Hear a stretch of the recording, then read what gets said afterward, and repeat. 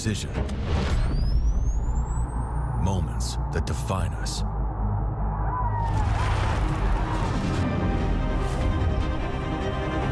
Cinch, lead, don't follow.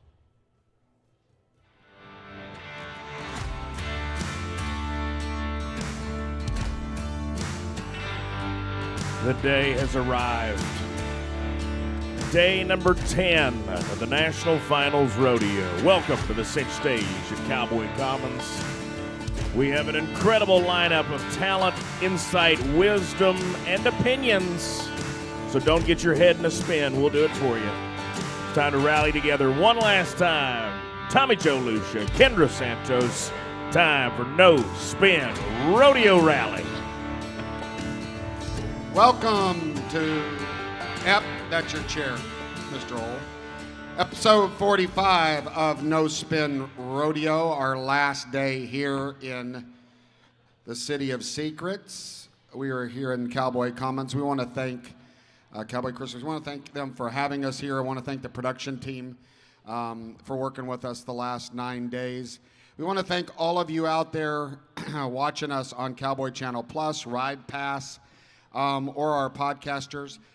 Thank you to all. We've got a bunch of Australians that listen listen back over the water. A bunch of Canadians. Want to thank all of you for. So thank you, mates. Thanks, mate. Yeah, and so we want to do a little bit of housekeeping before we catch up. You shared your grandbaby. I shared mine. Greg is our guy that does all the work here. We want you, Greg, to do a shout out to the family at home. Well, this is my family at home. Corey, my best friend, significant other. We got my parents and my daughter Jillian over here. And she's a techie like you, isn't she? Yeah, she's gonna follow right in my footsteps. She's going to go to school to be for scenic art. Scenic art. That's Yeah. cool. Well, I think the one thing all of us, Cody, all of us, and we'll get into Cody, can say, there are foundational parts of our business are the ones that stay at home, that feed, that pay the bills, that keep the home fires burning while we're all out making a living. And the kids who grow up in a front backpack and a back backpack on their mom and go along and are cool about it and Exactly. don't fuss. So shout out, if you're at home, it's got to be. I remember having the discussions with Donna, and she's like, "Well, you're sitting in a motel room, I'm here." Well, we all know that the sitting in the motel room or in the trailers and stuff, that can get just as old as you want to be home. Not as sexy as you think. Kind of like rodeoing for a living. Not quite as glamorous as people want to think. Well, and we've had all-star lineup of guests on No Spin. Of course, we have our guests stay with us and talk about everything. And I'm going to let you do the introductions of probably another one of the coolest cats to ever grace the arena. The honor. Mr. CO. Hear that? You guys remember that? Does that get anything? Uh-oh. Starting to poke a little bit, are you? It gives me chills. So, okay. Everybody knows 5-time world champion calf roper. Also, the 2001 World All-Around Champ. We'll get into a couple of highs and lows of, we'll go back to 2001 here in a minute, but 1/3 million when that was not easy to do. Like, we should have run the inflation calculator on what that would be today. But, he started out on fire, 94 Rookie of the Year, 6'5" in round 10 in 2003. One thing about like Cody Ole and some of those, rivalries and stuff, these are the guys that took it for maybe people, running to the bathroom or to get a hot dog. Nobody ever left their seats. These guys made calf roping way cool at the NFR. There was no, you guys owned it, and it was like a thrill every night. And Cody was, until he went, it was not over. And somehow, some way, found a way. Yeah, it was a pretty cool pride deal for me because you never get on the victory lap horse until the last guy goes, and everybody always wants the truth, but a lot of people can't handle my truth, So I just know that nobody would ever get on until I roped, And so that, to me, that was always like an extra world championship to me to have that respect and and it turned into a code now in every event. Nobody really gets on until that one guy goes. And the perspective of it, 55 national finals go-around wins, 52 at the Thomas and Mack, I believe, 3 at the steer roping finals. 52 Thomas and Mack victory laps is insane. And I always felt like Cody ran on adrenaline and emotion. And the emotion ran hot. And I see a little bit, I don't know if you ever think about it, but like, the love-hate thing some people have with Rocker, because he wears his heart on his sleeve, and you wore your heart on your sleeve, and not really a filter, which I appreciate the truth, but. Yeah, that's, I've been like that my whole life, just kind of adrenaline junkie, and I played sports all through school, so I never had lost that, year round into rodeo season, and then I just brought it into rodeo, and then, I came, when I first started coming here, it didn't go as good as, my younger years. I was always, win the average, win the year-end deal, so that's an average roper to me. But I came here and it didn't start off good a couple of years, so then it just turned into, they thought I was just kind of a one-hit wonder, win a couple of rounds, be really fast on those, and then start all over the process and do it all again the next year. Well, they just don't realize where a horse plays a big role in that. I don't feel like I had nowhere close to the right horse the first 3 years I came here. And we're working on some things right now, but like 97, we all feel that we're in the mix of that 97 was the year that changed the calf roping probably forever. That was the year they broke the record 3 times in one night, and then it got brought up in a meeting that. Detail that a little bit. Yeah, so when I brought it up, then it got to going, but in 96, I tied the record, and then the next night I beat the record. So that was kind of where the fire kind of started going with everybody from that point on, and then realizing how fast I could get it on them.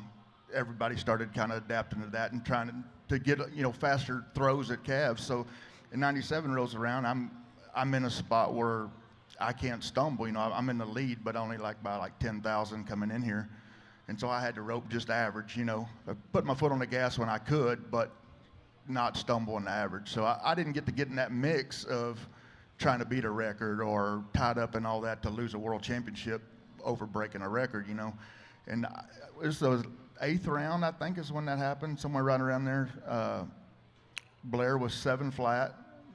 The very next roper, Fred, was 6'9". And since we talked about it the other day, it was like a dagger in his heart. I mean, he's over there, his people, there was still a lot of people standing up, but his people were still standing up, and throwing stuff and fist bumping and high-fiving, and then Jeff Chapman's the very next roper. And Fred hadn't even, it hadn't even really just sunk in yet, and he's 6'8".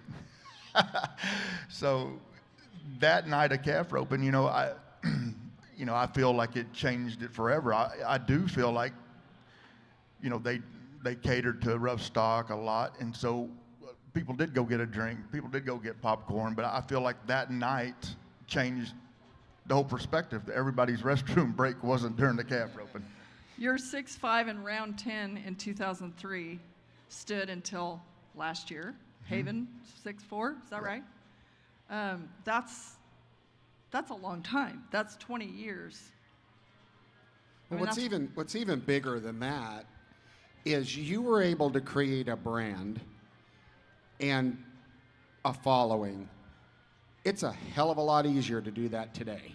It's a hell of a lot easier. So that's, to me, it meant to go to the rodeo, and it was like cheating too when we were competing. I mean, we had Boyd and Bob. I mean, if you can't freaking come to another level, the longer we stayed in the box, Joe, myself, we had really good relationships with Bob, and then I was really close to Boyd as well, but they're just feeding us. Like, the longer we sat there, every second, it's just like asking you for more, asking you for more, asking you for more, and then at some point you're gonna have, I just tried to bring it all, not only for everybody else and myself. It's just he had me so revved up into the max, and I wanted greatness.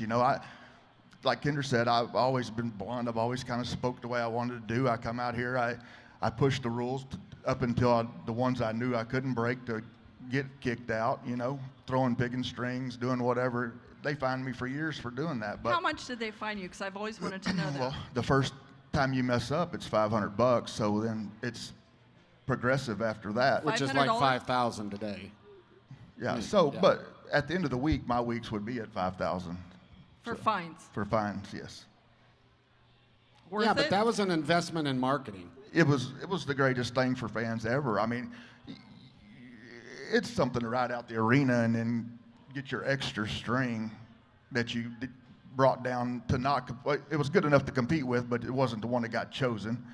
And throw that one in the stands, or I'd take my ropes. They're like, "Oh, you get that on eBay." I mean, I'd take the rope that I'd break the record with, or Charlie Horky was a great friend of mine. Flew me all over in their jets and here in Vegas in cars, and I personally handed him the rope one year, just the front row. I just took it off. And handed it straight to him, And then the picking strings I only carried one string, so the string the fans got was actually the one that I broke a record with, or whatever, won a go around, or whatever I did with. That was what I gave away, or I threw 2 hats in the stands over the years, And What brand of strings did you use then?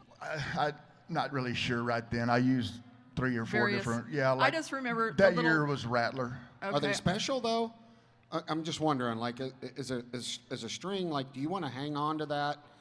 And is it because is it operational? In other words, is it the feel of it, or is it emotion? Oh yeah. Like I'm the most anal person about. I could never leave my rope can laying anywhere because they knew all my ropes were handpicked from the factory, and I took better care of them than you could a kid. And then my strings, I always had them in a tube where I was real anal about them being straight. If they have a little kink in them, or like if I fly with them, it was almost ruined the deal because it took forever to get that twist out of them for putting them in your can. But you use the one that feels the best, the Oh, rope and the string I'm every gonna night, use the very and then best. willing to launch that. And I remember I was the nerd that was like talking to the PRC and saying, what if we got someone who makes good picking strings to give us 10 and have them there, so every single guy every single night throws one. And I got booed out of the meeting, but Yeah, the first time I did it, I had a pretty good meeting the next morning. You can't frickin' do that. You can't do this. You can't do that. Well, I went around the next night and I frickin' did it again, So, and then 2 more rounds before the week was over. And so, yeah, I was at like $3,000 just at picking string fines because it was dangerous, Well, the one thing I will say, you mentioned it's easier today to build a brand, and you're talking about the advent of cell phones and social media. On the flip side, cell phones and social media may or may not have, Yeah. Rocker couldn't get away with the flying dismount off the 2nd floor at the bar in Pendleton when he was 18, and you couldn't have gotten, Well, the PBR would be in a different place if they could record stuff that I was a part of on phones. Yes. few and people saw. might be in Well, it's good that people get moved and trying to social media. I have just as many haters as I do followers, and so now I just do tons of private lessons. I've got probably 15 girls a week right now, and a lot of girls bring their mom, their grandma, and they're after 2 days with them or something, you're like, I might have been on the fence about you, but now like what I've done to their granddaughter or whatever, It's your heart. It's your heart that brings it out, but they don't never get to see you. They just get to see the picture everybody freaking paints of you, and then that's what they go with, Well, okay. The other day I was watching the Canadian finals, and the young lady who really took it to him, then I find out, and I see these videos. She was FaceTiming you in the breakaway, right? What's her name? Macy Claire. Macy O'Clair, and she was FaceTiming you while she was roping the dummy between runs, right? Yeah, she actually came down to college in Texas, and they kind of gave her the runaround. Didn't get to rope as much as she thought and all that. So time had rocked on, and then she was sour kind of about Texas, like, man, this is not really where I want to be. And I didn't know her parents at all. Her dad had rode bulls and been to the PBR back in the early stages, but her mom just reached out and she said, listen, I don't know where she's at. Like, I want you to just get my daughter back. So I was like, well, what do you mean get your daughter back? She's like, our mental game, and she's really one of the best ropers in Canada, but she's nowhere, she's lost like right now because she's so devastated over coming down there 18 years old, 17 years old, and things didn't go right. So she just, like I say, trust the process because she trusted it from day one. Well, we didn't even know after I got her kind of dialed in, her dad was a bull rider, and she never asked him where he'd learned the stuff to teach her. And he's actually the only one that's ever taught her anything, but he had actually bought my DVD, watched it 1,000 times, he said, and used what he could, learn and off of my DVD, and that's how he taught her. So when she come to rope the first time,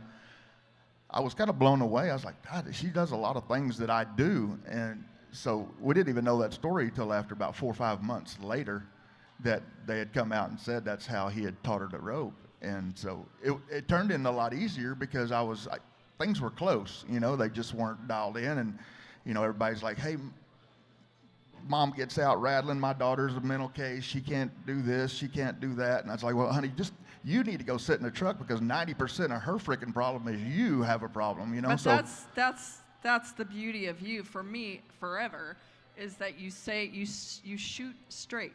And sometimes that's not easy to hear. It's not easy to hear, but now the girls that were kind of timid after day 2, day 3, or their second time to come back, I mean, I get a bond with them, because they're on the muscle the first day. They're timid, they don't really know what I'm going to say or how I'm going to treat them, and then we come like, oh, this guy actually cares, And when they do something good, I'm loud. I'm always praising them.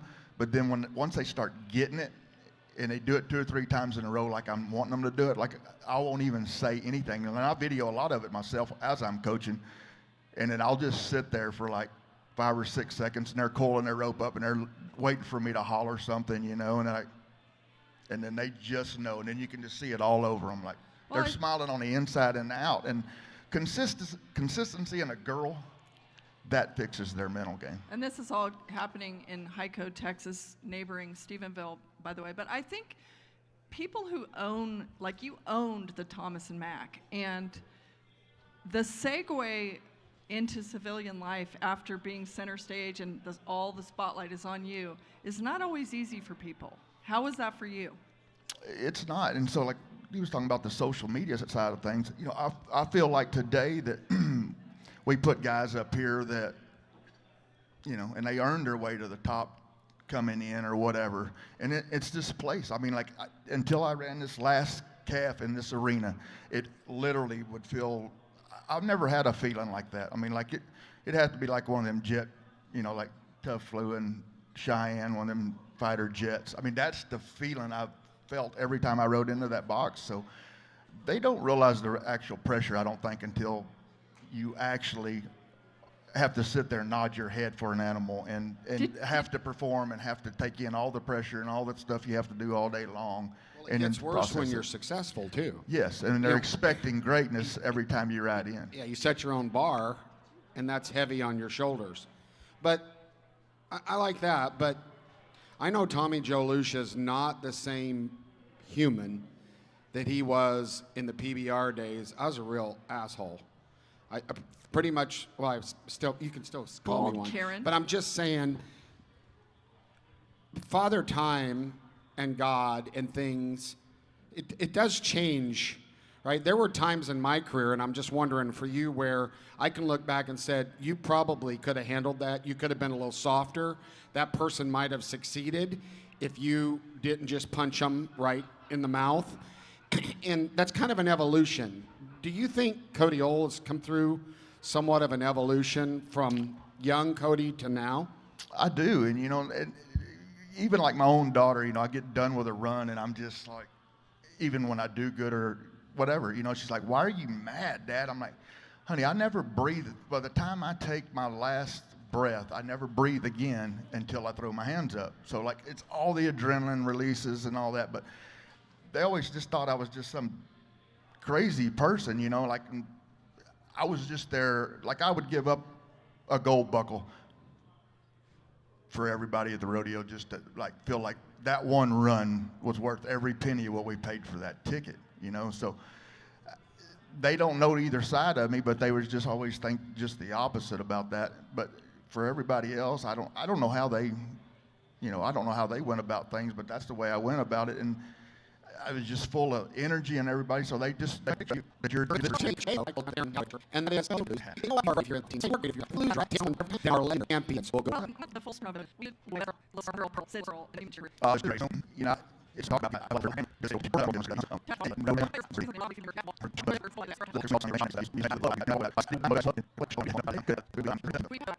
be really hard for you to talk about, but round 9 in 2001, when you left here on crutch, you went to center stage to get 2 gold buckles for the all around and the calf rope in 01 on crutches, because in round 9, okay, 2 loops, you step off and you obliterate your right knee, right knee, and you had to cut your rope.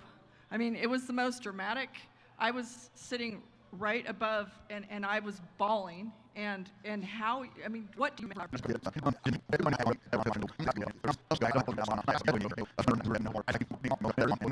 anyway, just catch those 2 calves. But you know, Trevor and I, we flew and flew and flew. That was I think that was my 2nd national finals rodeo in the steer rope. And so when it happened, nothing really had gone through my mind then. When I went to get up, I was like, I mean, this baby don't work. You know, it doesn't even attempt to work. You know, and I tried to put a little pressure on it a couple times, and it just gave completely away. So I don't even know what I was thinking. I should have just laid on the calf and cut my rope, you know, and then I wouldn't have had to drag behind him. You know, I'd had to get him back up, but at least I'd have had a hold of him. And from the point that when I cut that rope 4 inches behind where his legs were at, you know, which, you know, so many things are going through your mind, and, you know, am I done forever, you know? But from that point on, once I started dragging behind him, and it looked like he was going to get away at some point. I mean, I only had that much rope for 2 hands to be on. And once I grabbed that leg, I don't know if it was just because we were in Vegas, but literally like the whole Thomas and Mack in front of me was just like a white light that you would see at downtown, and it said on there, "You lost, you lost, you lost." And I was like, the frick, I did lose. And that was the only thing I feel that got me through that run, you know. And you know, lost and quit are 2 words that I never say. So for that just to be like boom, boom, like I didn't even feel like I could see the calf, literally. Like it was just like, that's all I could see. And, you know, I was just gone long enough, you know, after hurting that leg. So everything was already starting to kind of kick in. And then, you know, when I threw my hands up, it was just overwhelming. It was the worst pain I ever had in my life. Like I couldn't even let them pick me up. It just felt like it had, you know, like ice picks were just going through it, you know. And so I was wanting to just get up and get out of there with the help, you know. And there was no way. I mean, it hurt that much. It didn't hurt that much during the run. I didn't have any use of it. But then as soon as I threw my hands up, it was like it was the worst feeling. It ain't the worst feeling now that I've been through, but it was the second. And so let's just go ahead and talk about the worst that you've ever been through. 2020, you're here, you know, this pinnacle in your career. Oh, the headliner of the class of 2020 in the Pro Rodeo Hall of Fame, and you're on your deathbed in the hospital trying not to die. Yeah, I mean, it's, you know, Trent Walls was coming over there and, you know, helping me, and he was blown away. He's like, dude can't even move. Like, he's like, let's go. Tell people who don't know what was the matter that you were in the hospital, by the way, for how long? 3 months. 3 months. With what? So I was in the point in my career, I was like, you know, depression was kind of set in. I mean, the hardest thing on me, even today, is going to watch the rodeo, you know. So I kind of give up, you know. I didn't no purpose, you know, and so I got a little heavy. And I was just in my yard jacking around with some buddies and barely stepped in like a little hole. And it kind of gave me that hyperextend feeling, you know, when I stepped in it. And then about 3 hours later, that thing is the size of a basketball. And so I didn't have no clue. What was the size of a basketball? My right knee popped my meniscus, and I didn't know I popped it, and then like it swole up. I mean, it was same knee that you blew out. Yeah, same knee I blew out. So go to a buddy's house. We hang out for a little while. I go home. I call the local orthopedic guy in Stephenville, and I said, hey, man, this is what happened. This thing is huge. He said, man, just come in. We'll drain it. So I go in, and so he has them big 30-gauge needles, and I swear 8 or 10 of them he pulls off of that knee. And it was clean. It was clear. Everything's good. I went home. 2 days, I was in all kinds of also. He's out there. Right back. And we pulled out there. Was he dressed it. And Blake doesn't. It makes a little. In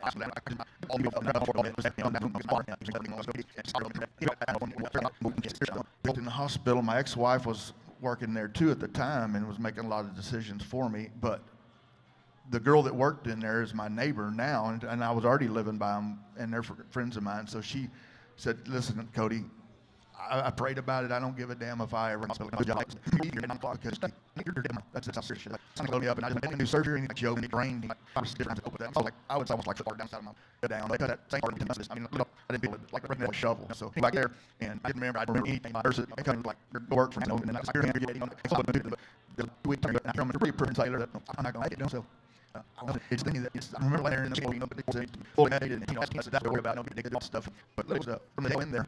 Don't get much was done. Like I would never wish I would go. And then they shipped me to a nursing home for the last month. So just to take care of me and tend to me, I couldn't because that was the next ailing thing. So it didn't matter.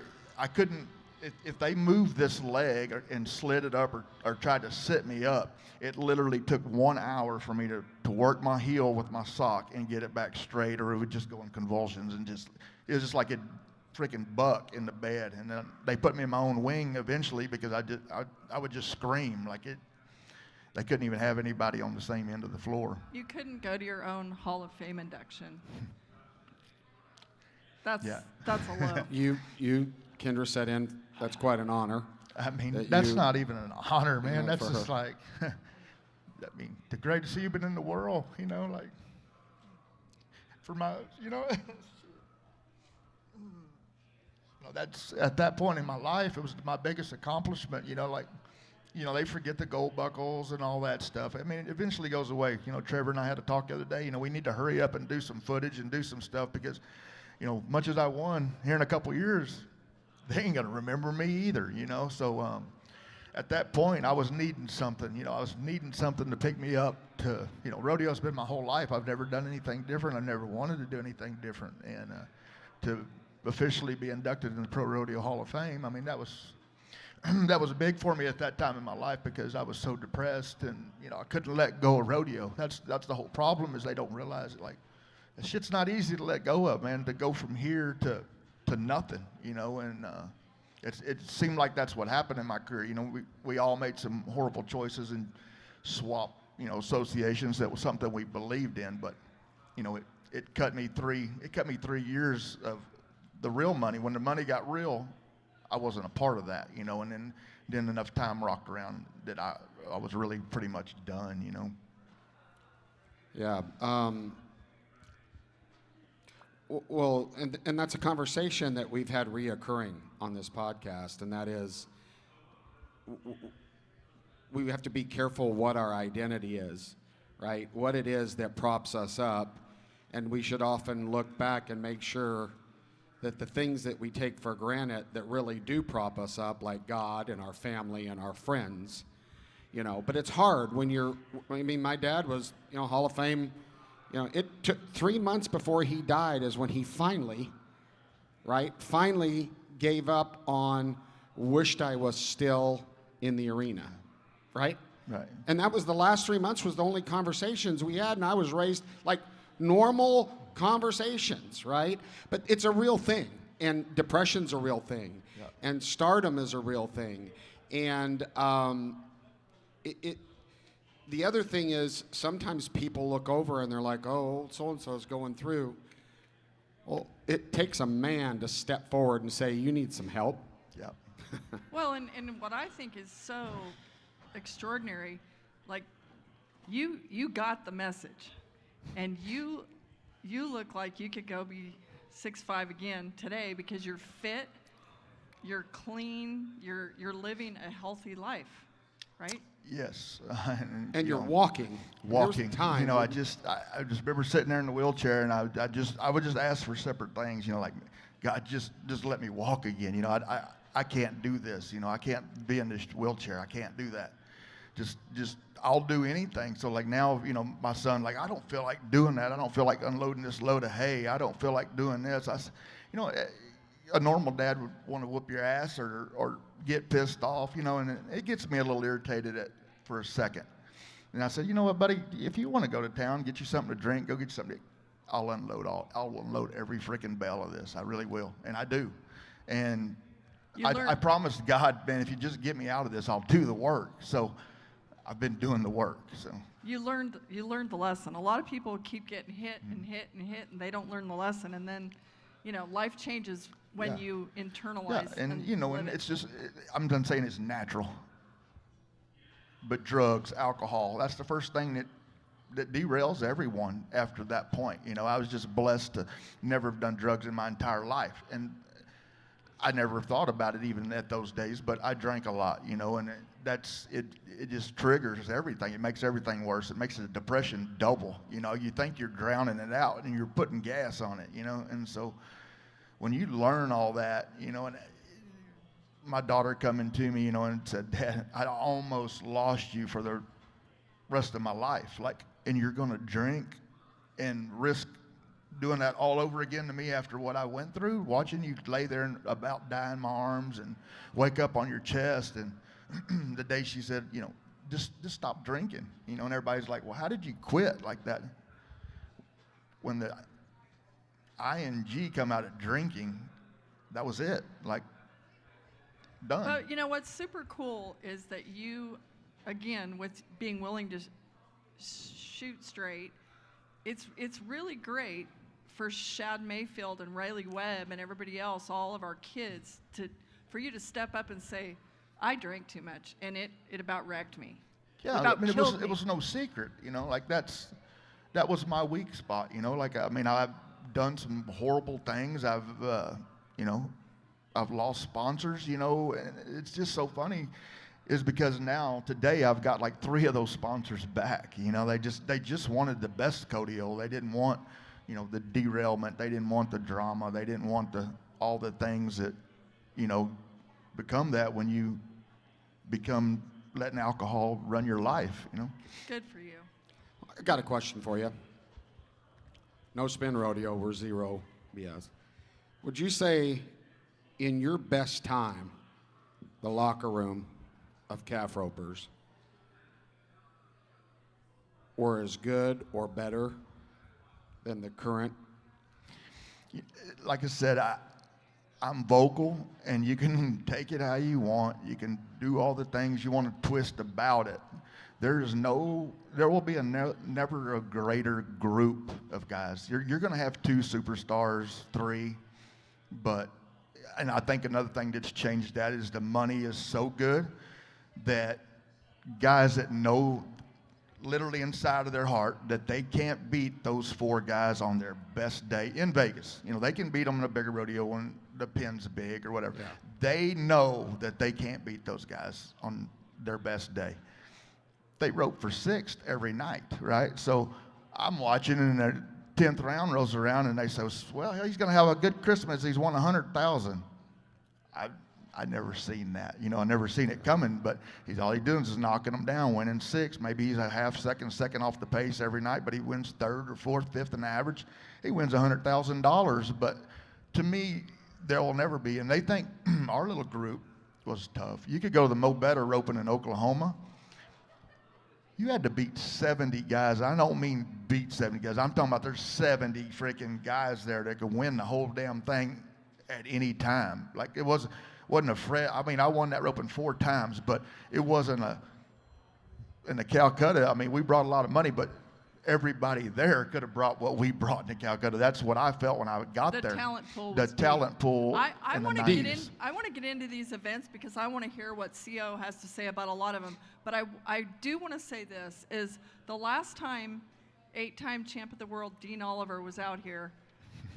Oat and I gave him a ride to the hotel one night after the rodeo, and I had to point blank him, and I said, "Who's the best you've ever seen?" And he didn't pause, and he said, Rodeo. That's a pretty tall compliment. I mean, he's my man. I mean, that's then have Ernie Taylor. You know, I messaged him on his birthday before he died, unexpectedly. You know, and he messaged me the same thing. You know, and I was like, I mean, for those two guys to say that, I don't. The rest of the world don't make two shits to me. Like their opinion, it doesn't matter. You know, but for those two guys, that's all I needed to hear. You know, like. If you want to go back to the '01, I mean, that's the year that ruined my whole life. It's a year that took everything that they think mine and Fred's dynasty was off the charts, and it's still the greatest thing. But they missed the whole picture. Like mine and Trevor's all-around races would have been 10 times of what that was. And nobody even really knows it. You know, like most of the time, guys, we win one.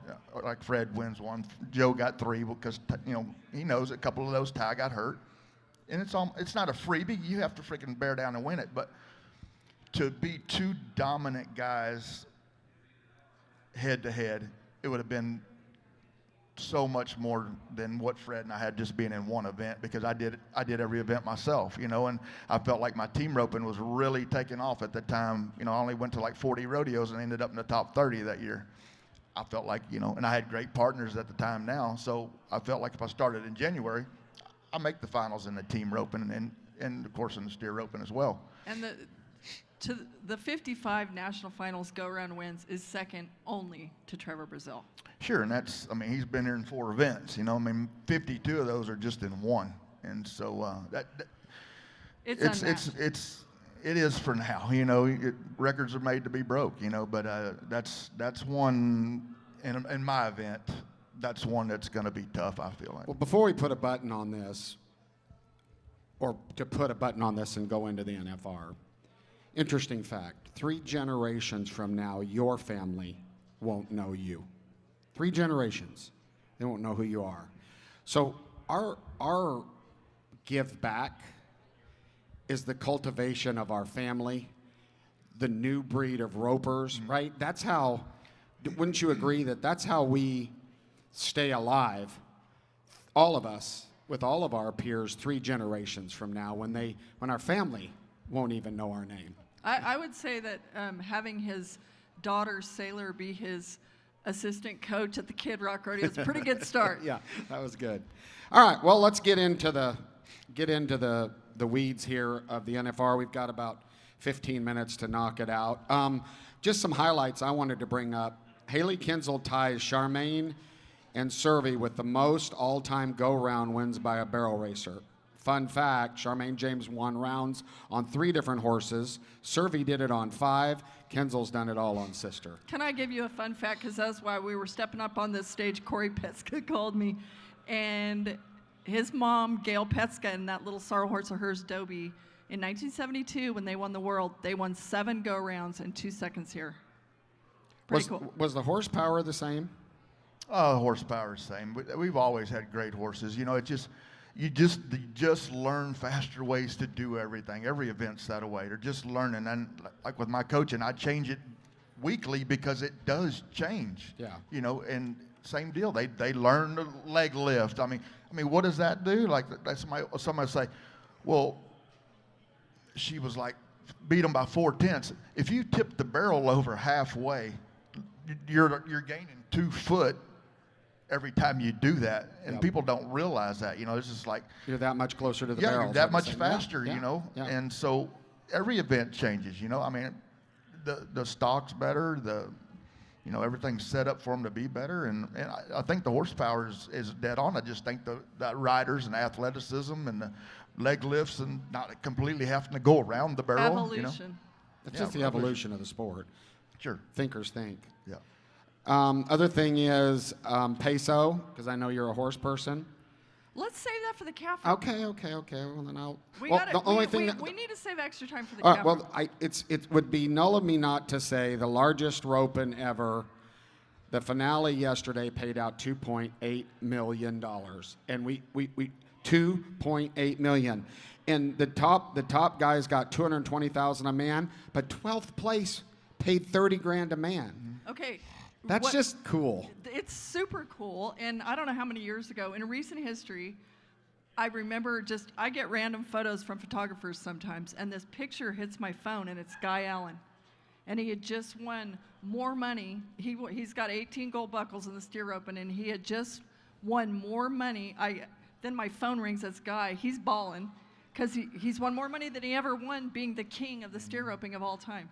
Yeah, I mean, and it's great. One You day. know, it's just cool. All right, bareback riding. Bareback riding. So Jess Pope was 89.5 to win round 9 on Pete Carr's Resistol's Secrets Out, and she is a two-timer here because Bradley Miller won round 4 on her. Do you watch the bareback riding?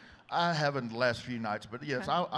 I watch all the events, and I got great friends, and in every one of them, so I got some interest in it. Jess Pope's a veteran, and what I was wondering about old Jess, right? Bareback riding's the toughest on the body, right? And he's riding against kids that don't have the joint histories, right? Just the reality is, right? And to see Jess do that, that means a lot to some of us old timers. They're like, "That a boy." Yeah, we had a sponsor deal about a month ago in Fort Worth, and I just love it because they're breaking down bareback riding right in front of me, and then I ask them about guys winning the world and this and that. He said, "Listen, this is not a little boy sport in 2 weeks. Like we're not going to have as many hoppers in there. This is grown man bareback riding this week, or these 2 weeks when we come out here this year finally for once." For sure. And Jess, I mean, has he won the average, I think, 3 times maybe? And he's kind of known for that. So for him to win a round is pretty, Oh, By yeah. the way, you won the average here 3 times? 3 times. Not, you had it all. Anyway, let's go to the first guy out last night, Wag. Well, just here's the way the bareback riding is going to go down. It's really. I don't think Rocker, but I do think it's worth saying. Dean, Keenan, Bradley, and Rocker, watch your rides, because this whole deal will shake out in those 4 horses. That's just the truth. It's so close. So if you're wondering, you're sitting down and wondering. I don't think Rocker, because of the average. I just don't think the he's little gonna make it. after round 9, what if Bradley Miller would have been the world champ? He's still got the best kid shot. I mean, with the but daddy Keenan. at Sam Houston. It's wide open. All right, sorry. Okay, we're burning daylight. The guy that's got the best shot today is the one that can handle that 18,000 people the best and can get the job done. Exactly. And handle the pressure. Yeah. Okay, so Wag went first last night and put the smack down on one. What is he, 3-5? Finally, he's on my pro fantasy team. He pulled out. Usually he saves his purple shirt for round 10 just 10. to piss Ode off, because Ode always got his shirt torn off when he wore purple. But he pulled it out for round 9, and by golly, it worked again. He's riding Sam Dixon's Baby, and Kyle Irwin's over there. Do you watch the? I watched the wrestling Bulldog? too. Yeah. My favorite has been Will Loomis, and just having him have a great week this week after last year's NFR, and it's just amazing. But there's a lot of great guys in there. Like, you can't not root for all those guys because how they root for each other. So Isn't it great? It's unreal. And It's off Loomis the has charts. got he's got a real. I mean, where he's at in the average, right? He's The hammer. got the best shot. he's yes. got the best shot. Yeah. And by the way, several times in recent history, I feel like we got all the way down to the end, and he'd been, in the conversation all week, and then some little thing happened. That 10th round. Well, Casey says I have to keep telling Will, repeat. Oh, yeah. You got to keep this. This has got to be boom, Right. boom, boom, Yeah. boom, boom. Don't start getting distracted well, by the and noise. it's also interesting, like the last 2 years, Dalton Massey's come in here in the lead and has not had that much fun here. And Will, having had things kind of crumble toward the end a few times, he said at the start of the week that he talked to his wife, and they're like, we're just gonna have fun because we're not gonna take this too damn seriously. Yeah, anymore." like I've been to 2 concerts this week, and they've been at both of them. Like not overthinking it, not feel like you got to be in bed at 9:30. Just enjoying the moment, enjoying your time, but taking that butt kicking he took here last year and took it serious, and now he's just putting it to work.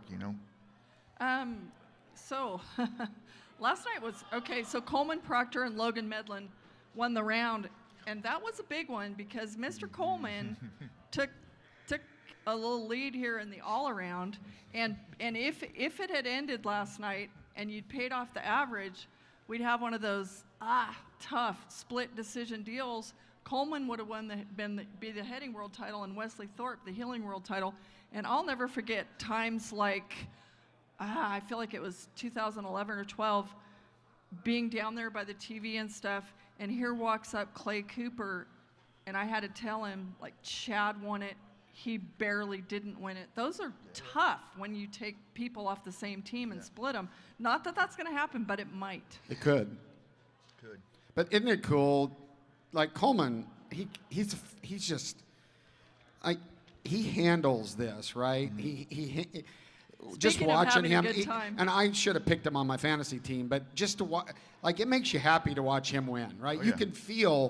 you can just feel him, if that makes sense. Very passionate. Very passionate, and I hope he's got the best shot at the all around. He does. Well, he won the all around at Pendleton and Cheyenne this year. You know, that's pretty cool. And like sometimes, again, my phone will ping, and it's Coleman, and he's sending me this picture. He's doctoring one out in a wheat pasture. Like he's a cowboy. It's pretty fun. But He's a family guy too, right? He's got his priorities Yeah, figured out. He's got it all in the right order. Yeah. Yes, and they couldn't leave Cheyenne to drive all night until he took those girls to the carnival and got them some cotton candy. Exactly. Good for him. Okay, Lefty, 88.5 on Tickled Pink, Championship Pro Rodeo. So I'm not 100%. I think they may have said Ryder won around on that horse earlier, but this is Lefty's. It was his first victory lap of the week. Of note for me is I've always been close to this family that's, includes Dakota Eldridge and Clayton Sellers now and Clayton Bigelow and all these people. The man who taught Lefty to ride broncs, John Holman, they called him Witch, his grandpa, he died this year, and it was a freak deal, like a four-wheeler out, gathering something. Cattle. But John Holman, here like last year, seeing him, no one was more proud of Lefty than Grandpa Witch. And Grandpa Witch was a great character.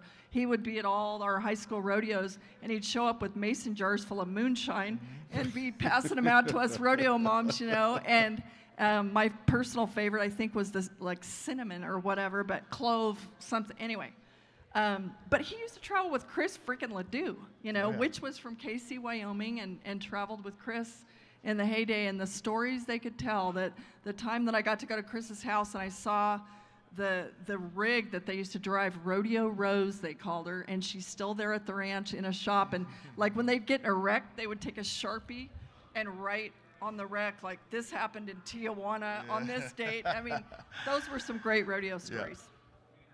Let's talk calf roping. Let's do it. Okay, so Peso, Logan Bird's little buckskin horse, who's been here plenty of times before, went 1, 2, 3 last night, right? Joel Harris, Ty Harris, tough split third, Tough Cooper just made the change onto Peso last night. What is it about? There are just some horses that this is their deal. To me, he's not a great horse.